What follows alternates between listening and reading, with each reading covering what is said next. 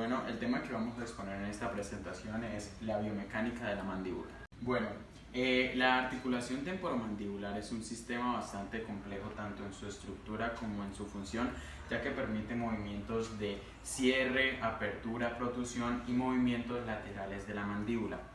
Los movimientos de la mandíbula están controlados por una restricción biomecánica que esto guía el movimiento de la mandíbula para que no se excedan en sus pasos. Bueno, las restricciones biomecánicas de la TMJ van a ser una serie de enlaces estructurales que van a hacer que funcione sinérgicamente y buscar que la ATM tenga una manera armónica o si armónica de expresar el movimiento. Va a pasar que los siguientes autores que vamos a nombrar van a analizar específicamente el tejido retrodiscal y parte pues también del funcionamiento como tal.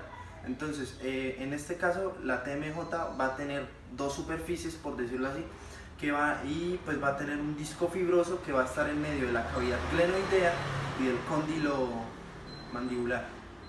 El disco articular es elíptico, con su eje principal dirigido. Nunca se va a presentar en un plano horizontal, sino que más bien va a hacer que su eje esté hacia abajo y hacia el frente.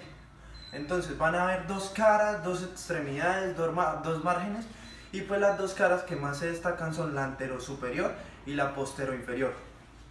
El disco articular es cóncavo y convexo. Cóncavo por la parte anterior porque moldea el cóndilo mandibular y convexo por la parte posterior porque se articula con la cavidad glenoidea. Por la parte posteroinferior cubre todo el cóndilo de la mandíbula y aparte de esto, por la parte posterior es libre y no tiene conexión con el disco fibroso. Bueno, Sicher, uno de los grandes médicos que se encargó de estudiar la anatomía oral, dice o enfatiza que hay una variabilidad en el menisco. ¿Qué va a pasar? Que va a estar relacionado con el desarrollo de la eminencia articular. Entre más esté desarrollado la eminencia articular, va a haber un gran aumento en el grosor en el borde posterior del menisco. Aquí viene una comparación con el crecimiento postnatal, donde el disco va a estar vascularizado y que con el paso de los años y del movimiento y de la masticación y el crecimiento, los capilares se van a ir a la periferia. Luego de esto, ya en los adultos, el disco no está vascularizado y se va a caracterizar o se va a regir por el líquido sinovial.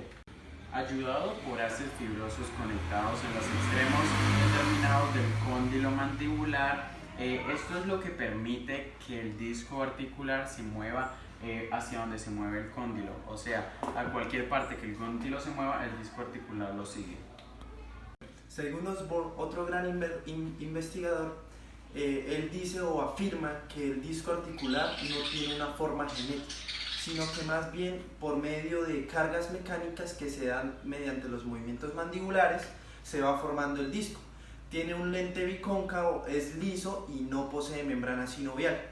Y tiene pericitos y también tiene células cartilaginosas. Estudios han demostrado que además de fibras de colágeno, poseen fibras elásticas y oxitalánicas que están en toda la estructura del disco articular y que le dan una gran elasticidad o muy buena movilidad.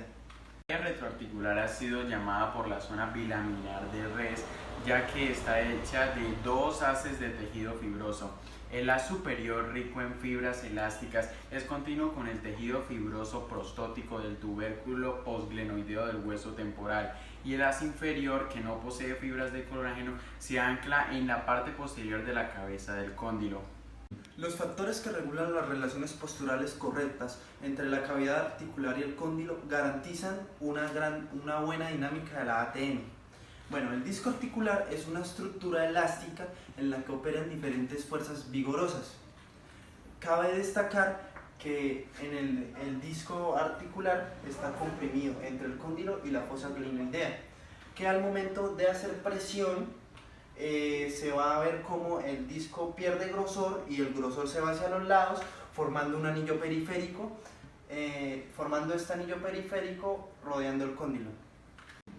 Bueno, Osborne nos da un ejemplo que compara las superficies de contacto. El ejemplo que nos da es con las llantas de un carro que pues facilita el movimiento de este, pero si las llantas están bajas de aire significa que hay una mayor superficie de contacto, lo que hace que se genere mayor fricción y que haya menos movimiento en el carro. Por el contrario, si las llantas están bien infladas, hay una superficie de contacto menor, lo que hace que haya menos fricción y que haya mayor movilidad en el carro.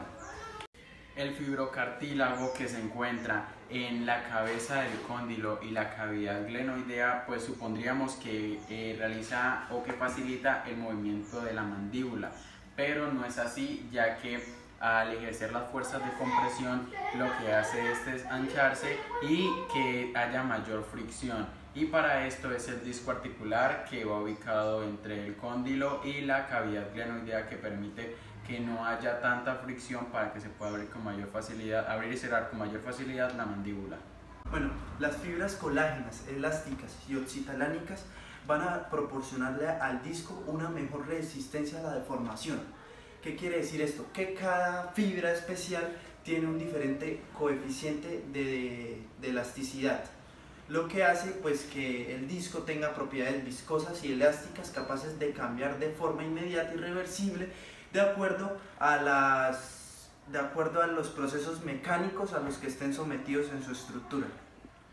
Papel del tejido retroarticular. El tejido retroarticular es un tejido bilaminar que está compuesto por dos haces. El haz superior es continuo al tejido fibroso prostótico del tubérculo posarticular, posglenoideo del hueso temporal, y el haz inferior que se encuentra en la parte posterior de la cabeza del cóndilo. Entre estos dos paquetes hay un tejido laxi-rico vascularizado e inervado llamado pedi y retroarticular. Durante la apertura de la boca, las fibras elásticas de los vasos se someten a una tensión, lo que provoca que se expandan los espacios cavernosos del interior del plexo y así se atraiga la sangre. En su movimiento opuesto, durante el movimiento de cierre de la boca, la presión ejercida sobre el cóndilo en su posición apoyada contra el plexo venoso promueve la descarga de sangre y así provoca un colapso entre los espacios cavernosos. Según algunos científicos, no existen ciertas estructuras fibrosas que conecten con el disco, sobre todo en la parte posterior hacia las fosas articulares del hueso temporal, sino a excepción de algunas fibras elásticas que se encargan, que vienen sobre todo de la fisura petrotimpánica y que se insertan medialmente al disco. Las fibras elásticas se insertan medialmente en la parte posterior del disco y tienen estructura ondulada. Es difícil creer que estas fibras ayudan a regresar el disco a la parte posterior. Cabe también destacar que el haz inferior está hecho de disco fibroso o tejido fibroso y se caracteriza pues también por la ausencia de fibras elásticas.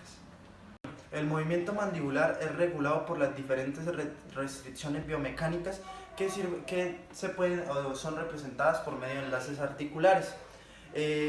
También entra mucho el papel o papeles desempeñados por el disco y la zona bilaminar, que se caracterizan por ser articulaciones adyacentes y que sirven para pues, aportar una buena dinámica articular. Bueno, el disco se encarga de desestabilizar el cóndilo de la superficie articular del hueso temporal. Durante el movimiento de cierre de la mandíbula, el cóndilo se atrae hacia el plexo venoso, lo que promueve una descarga de sangre desde el mismo plexo, provocando así el colapso de los espacios cavernosos. El movimiento, eso también ayuda para que cuando la mandíbula hace movimiento de protrusión no se dañen algunas estructuras. Y pues este fue todo el video, espero pues que les haya gustado. Gracias.